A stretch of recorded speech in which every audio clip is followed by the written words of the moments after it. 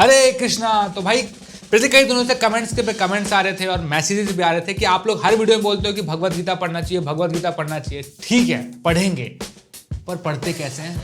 मतलब कोई particular time है, दिन में, रात में, सुबह, दोपहर, मतलब कब पढ़ना है भगवत गीता? तो आज की इस वीडियो में आप मेरे साथ जानेंगे कि मैं पर्सनली कैसे भगवत गीता पढ़ता हूँ और कैसे पढ़ना भी चाहिए। तो आप लोग सब्सक्राइब कर लीजिए इस चैनल को जल्दी से। फिर शुरू करते हैं। करो ना, मैं यहाँ पे मजाक कर रहा हूँ, करो।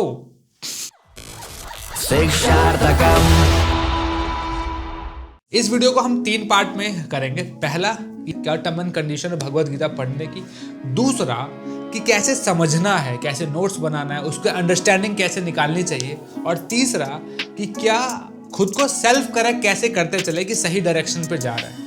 तो सबसे पहला पॉइंट है कि किस कंडीशन में भगवत गीता को पढ़ना नहीं चाहिए। तो पहला है कि आप नहा के ही पढ़िए। अगर कहीं बाहर से आ रहे हैं तो मत पढ़िए। कुछ खा लिया है गलत या पी लिया है गलत तो नहीं। सुबह हो रही है तो नहीं पढ़ना चाहिए, शाम को भी नहीं पढ़ना चाहिए। खाना खाने से पहले नहीं पढ़ना चाहिए भगवत गीता, और खाने के बाद तो मुंह झूठा हो गया। अब झूठे मुंह से भगवान की बात तो नहीं कर सकते, तो ऐसे भी नहीं पढ़नी चाहिए भगवत गीता। जितने भी ऋतुएं आती हैं उसमें नहीं पढ़ना चाहिए। घर में अगर किसी का जन्म हो इसमें भी नहीं पढ़ना चाहिए, और अगर किसी की मृत्यु हो जाए तो बाप रे बाप नहीं पढ़ना चाहिए।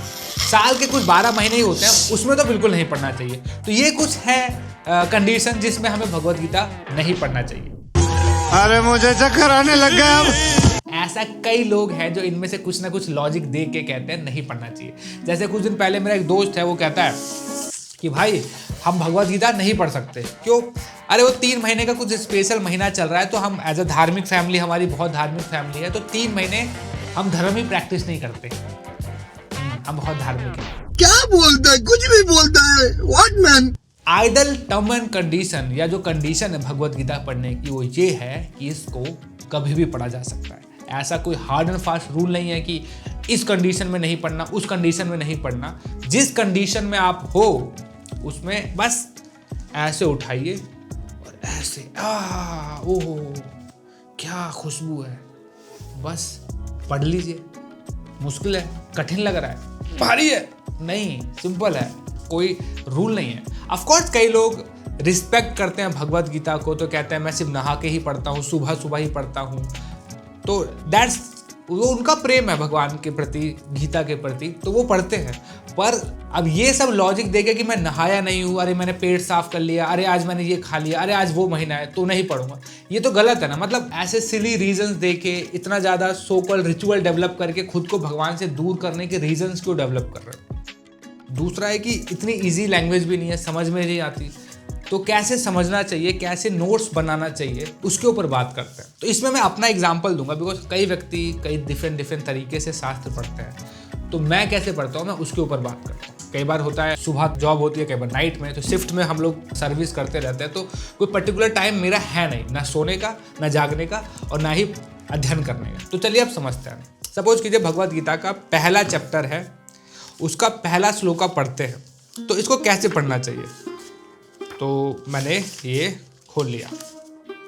बाय द वे अभी तक चैनल सब्सक्राइब किया क्या? I am watching you.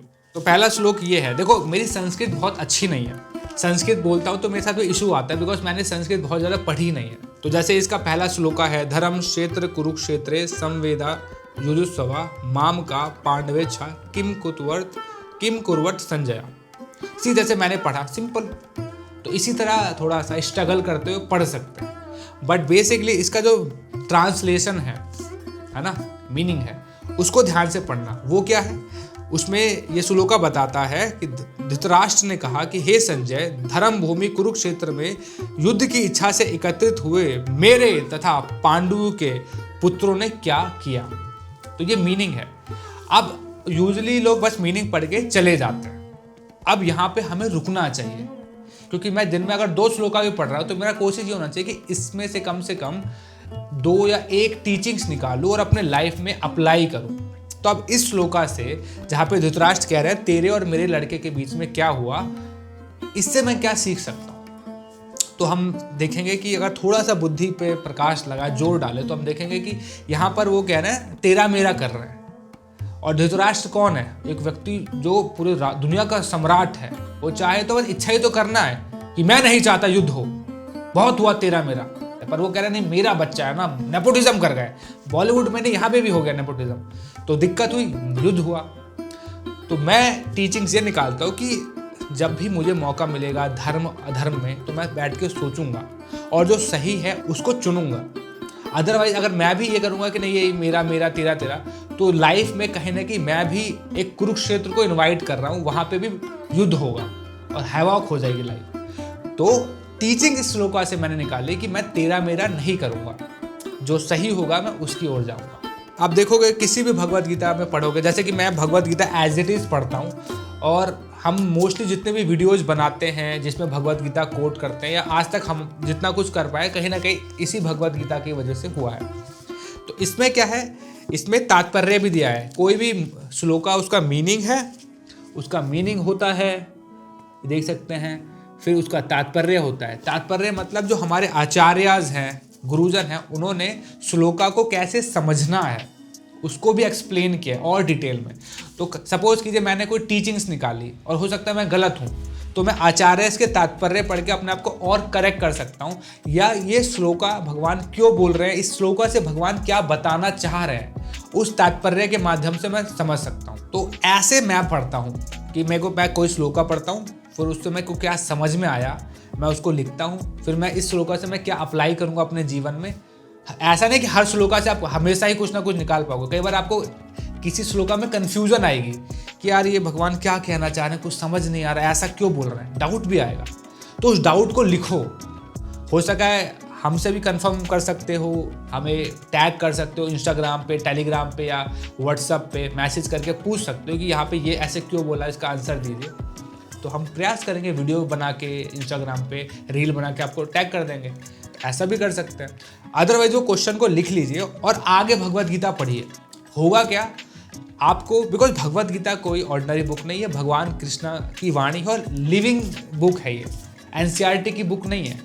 अगर इससे प्रे करोगे ना कि हे भगवत गीता मैं आपको पढ़ना जा रहा हूँ, प्लीज़ मुझे बुद्धि दीजिए कृष्णा, ताकि मैं आपकी इस वाणी को समझ सकूँ, तो भगवान भी आपकी मदद करते हैं। तो गीता आपको आंसर देगी। तो आप आगे पढ़ेंगे ना जब, तो आपके जो पुराने क्वेश्चन थे हो सकता है आगे वाले कुछ चैप्टर्स में क्लियर हो जाए, और ऐसा होता भी है। और साइड बाय साइड हमें एक चीज़, जब भी भगवत गीता पढ़ रहे हैं, एक चीज़ को बिल्कुल ध्यान रखना है, वो ये है कि अर्जुन कैसे सोच रहे हैं। तो अर्जुन को भी हमेशा माइंडसेट समझते रहना है कि अर्जुन ये जब सवाल कर रहे हैं तो क्यों कर रहे हैं। यहाँ पे अर्जुन भगवान को मधुसूदन क्यों बोल रहे हैं, अच्छा यहाँ पे ऋषिकेश भी बोला।